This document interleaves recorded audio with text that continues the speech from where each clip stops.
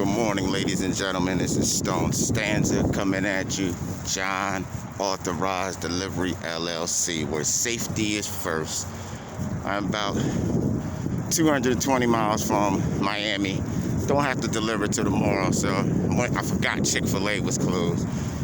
Checked my email and I had received a message from UCR 2022 registration that is deadline by January 1st.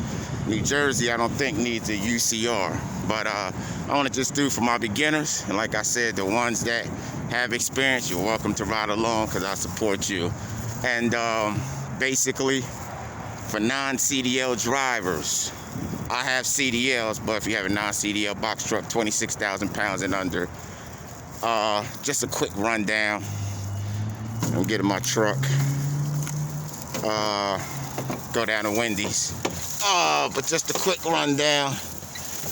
And that rundown basically is register your business first. Different states vary. It's not that much. Come up with an LLC name. At that time or afterwards, look to trademark your name. After you complete that, you want to look into accounting or QuickBooks from the beginning. I didn't do that in the beginning, but you do want to, capitalize off my mistakes and other mistakes so you can be perfect in what you do. So basically, you have your authority, which is $300. You fill that out, and you give your information needed. You receive your MC, DOT number. A lot of people are going to call once you get that. So really what you want to do is get with an agent like me. My agent is, I think, Evil Sisor. I think that's how you pronounce it, Penny. So I pay, and she's able to get my information, fix anything I need, fix it. But if you go on the portal, you're the only one that can fix it. So you want to sign up for drug and alcohol, although it's not mandatory for non-CDL 26,000. You still want to sign up with the clearinghouse. And I did it already, but I had made a mistake and put myself just as a driver instead of owner-operator in. So they fixed it for me. So my drug consortium that I paid for, I have to add them tomorrow, so it doesn't matter with the computer. But you want to UCR, your BOC3. If you have any problems, you call the FMCSA in your county or the 1-800 number, and they'll complete it. If you do have your CDLs, you have to do a little bit more IFTA, and a little bit more, which they can explain to you. So after that, a lot of people say you have 21 days to get your authority activated for insurance. That's not true. You can have up to 90 days, 30 days, and 35 days, and afterwards, what they do, and explained to me by the FMCSA, they put your paperwork to the side. Before 90 days, all you have to do is write them. Say, I'm ready for my authority to go active. Write you back, go ahead and handle that. But you do have up to 90 days. 21 days isn't required. That's what they want. Just have to look into it a little bit more. After that, you sign up with brokers that accept authorities like TQL, Landstar, Hurricane Logistics, a couple more. And you ride out for about 6 to 9 months. And when you do that, you're allowed to sign up with others that will permit you. Amazon Relay, that's there too, but I'm going to do a separate one on that because it's different. A lot of things changed, so I'm going to do a separate one, the rundown on Amazon Relay. But I'm just talking about right now going over the road or even staying local, still all over the road. If you choose to stay local within your region or go long distance or switch it up a little bit.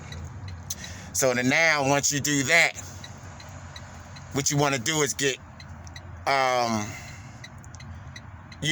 have a co-pilot. I use co-pilot. Some people use Garmin. I'm going to end up getting a Garmin or something different. I use co-pilot for my navigation. You do want that. You put the parameters, diameters of your truck in that. heavy truck, medium-sized truck, and I use DriveWise also, and that lets me know if I can bypass certain inspections or not, or to pull up in. Those are important. You want to have your paperwork with you, your insurance, proof of your business, BOC3, UCR. You want to have that all in your folder, in a separate folder for your copies of your BOLs. Your BOLs are important. So once you start with the companies, you sign up for that Power One like I did, Trucker's Edge. There's a few more out there, or all of them, depending on you. If you have to go with the regular lowest price, go, and then raise it up. I go with the mid-medium price, which is $169 a month. And that shows you what the brokers are supposed to pay, because it's just brokers. So it's what they're supposed to pay, which regions are hot, which ones are not, and that's very important also to have. When you look on the board, just don't take anything. I see a lot of things dwindle down to giving box trucks between $1.50 to more than $2 to trying to go $1.20, and some of these brokers are saying, well, we have our set people. It's not supposed to be like that. So those set people are so desperate, instead of sitting back, and you need patience, because it taught me to have patience. Sometimes I wanted to get out of there right there, but when I did that, there was a load going back home or going somewhere else towards home, or wherever you want to go. So you have to be patient. So it's just a quick rundown. Rental, if you choose to rent, like I had a chance to finance, but when I stepped into the game, like I said, it was the box trucks were cheap, probably like $450 a week. About 2 weeks after I stepped into the game, I think Amazon Relay got whiff of everybody getting the cheap prices, but not doing Amazon Relay, going over the board, going over the road. So what they did was stop it. Once they stopped it, a lot of things along with it went up. Prices skyrocketed. I'm paying like $675, $725 a week without the 11 cents. But if you do have your own, whether you finance or you own it, it's better as long as you have good coverage. If you don't have good coverage and your truck gives you problems, I spoke to a guy who had a box truck and another had a 53-footer. And it had to come all out their pockets. Some people rent and they finance at the same time. When you rent, you can end up leasing after 9 months. So you'll pay less. You'll pay off till the truck belongs to you. The good thing about that, if you break down, you're getting another truck. They take care of your tires, your gas. So it's your choice. You have your advantages, disadvantages. Some people say you're not supposed to get a rental until your truck breaks down. It's not true. You want to be on top of the game. Like I said, some people are renting, leasing, and have their own. Some people have great coverage. So like I said, there's also a myth going on, and it's been going on. And it made me kind of like disappointed more than upset, because there was a lot of people saying that the box trucks were in demand. They shot up. Now they did. If you go through Enterprise, Penske, some of the trucks that you can get for $30,000, $40,000, now going for $60,000, $80,000. I see one Enterprise, 220,000 miles, going for $79,000. I bought my car from Enterprise 2020. One thing I could say, they have excellent coverage. My goodness. But do you really want to pay that much? You don't want to really keep renting also, because you'll find yourself paying like damn near $30,000 in 1 year. So then when you look at that $79,000, you're like, damn, I can go with that. See, until you lease, because you got to do it up to 9 months to about a year. So make your wise decisions. And there's trucks out there for you to finance. A lot of people might not have their credit up. I have to get my credit up just a little bit more. But there's finance. There's plenty of box trucks out there. You know, that myth, and people that went along with the myth without knowing, very ignorant. and sometimes need to shut their mouth, because some people are just on this to blab and act like they know it all. Some people know a lot, and those are experienced ones that I listen to. I listen, I speak from a beginner standpoint of view, and I let my audience know. So that's the importance. You're going to need a little bit more. You know, also know when you rent, they have your banking information. Sometimes these rental companies get shiesty. When you sign on board, it's no love. So just remember that. You know, it's rarely no chances. So like I said, I'm gonna lease finance soon or do both, but you have to put in work. It's not easy. You know, so calculate every step. Try not to get behind if you do. Catch up, and then come up with a plan that you're going to do week by week. You have a chance easy to make between $2,000 to $8,000 a week just in a non-CDL box truck.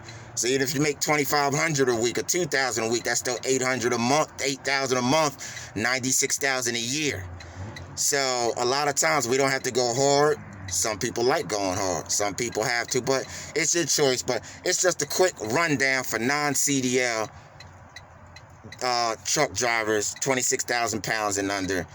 Couple rules. But always look into the FMCSA, and they'll tell you everything you need to know. Besides that, be safe, and may each exit be a blessing in your life. Going to Wendy's, grabbing me a chili and a Frosty. I tried to go to Chick-fil-A, but yeah, be safe out there on those roads, and be business smart. Couple mistakes I made, I had to pay for it. I had to work extra harder, but have to pay attention. Read a lot, and read up on how can you expand your business. If you can't find drivers, you have to do it all yourself. If you can't find drivers, blessings. If you can't, still blessings. But just a quick rundown and the little things that you do need to know. And when you do rent and lease, make sure, because I broke down in Utah, and the mechanic there told me, like, wow, I almost crashed about 5 times because the brakes on this truck. So that lets me know that these mechanics are, you know, the business is overwhelming for Penske and a lot of these people. So in order to keep up with the money or whatever they're doing, they're half doing their job.